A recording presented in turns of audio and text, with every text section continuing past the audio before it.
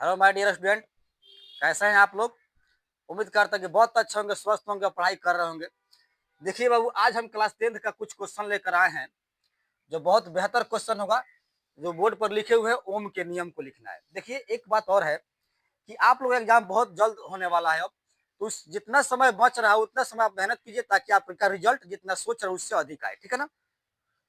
इसे बताने से पहले यदि आप मेरे चैनल पर नए होंगे तो क्या करना, चैनल को सब्सक्राइब भी कर देना। चलिए क्वेश्चन के ऊपर बढ़ते हैं। कहता है ओम के नियम को लिखना है, तो चलिए इसे लिख कर आपको बता देते हैं कौन क्या है। चलिए लिखते हैं ओम के नियम में। उत्तर लिखिएगा बाबू, आप लोग मेरे साथ जुड़ जाइए और आराम से लिखते रहिए। तो ओम के नियम जो होता है, यदि किसी, देखिए, यदि किसी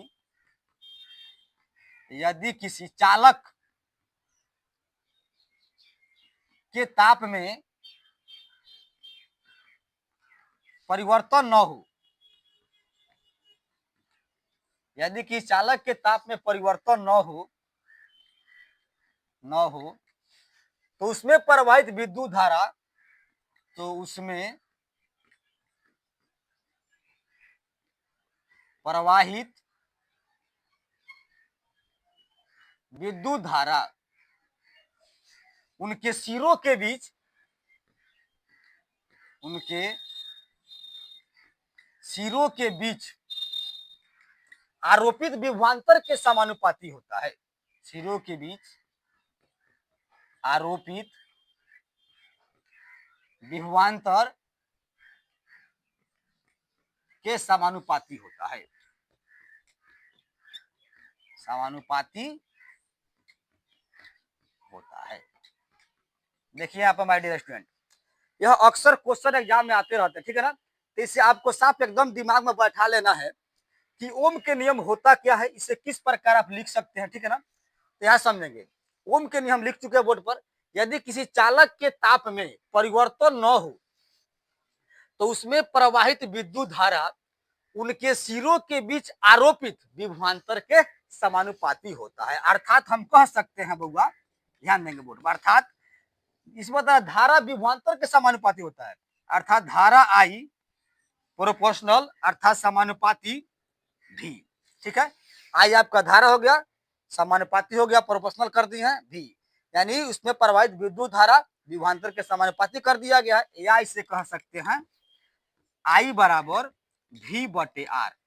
आर आपका क्या होता है, आर एक नियतांक होता है, आर जिसे प्रतिरोध भी कहते हैं, ठीक है ना। तो हम लिख देते हैं कि आई क्या है, भी क्या है और आर क्या है। लिखेंगे यहाँ आई बराबर लिखते हैं विद्युत धारा। एकदम जो है ध्यानपूर्वक समझिएगा, विद्युत धारा को लिखा और आगे बढ़ जाते हैं। भी बराबर विभवांतर को लिख लेंगे, भी बराबर विभवांतर हो गया, ठीक है ना आपका। और उसके बाद आर बराबर प्रतिरोध, आर बराबर प्रतिरोध हो जाएगा। फिर समझेंगे, आई का मतलब विद्युत धारा हो गया, भी बराबर विभवांतर हो गया और आर का प्रतिरोध हो गया।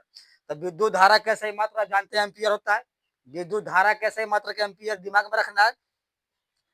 विभवांतर अर्थात विभवांतर कैसे मात्रा वोल्ट होता है, आपको याद रखना है। और प्रतिरोध कैसे मात्रा क्या होता है, ओम होता है। तो चूंकि हम नोट में यहाँ लिख भी देते हैं, नोट में, ठीक है ना। प्रतिरोध का ऐसा मात्रक, प्रतिरोध का ऐसा मात्रक जो होता है बाबू आपका क्या होता है, ओम होता है। ओम होता है, जिसे संकेत में इस प्रकार हम लोग डिनोट कर देते हैं, समझे ना। और विभवांतर कैसे मात्रक क्या होता है, वोल्ट होता है। विद्युत धारा कैसे मात्रक क्या होता है, एम्पियर होता है। तो इस प्रकार से ओम का नियम आपको विस्तृत रूप में दिए हैं, समझ में आ गया होगा। क्या करना है, तो वीडियो को लाइक करना है, कमेंट भी करना है, शेयर भी करना है।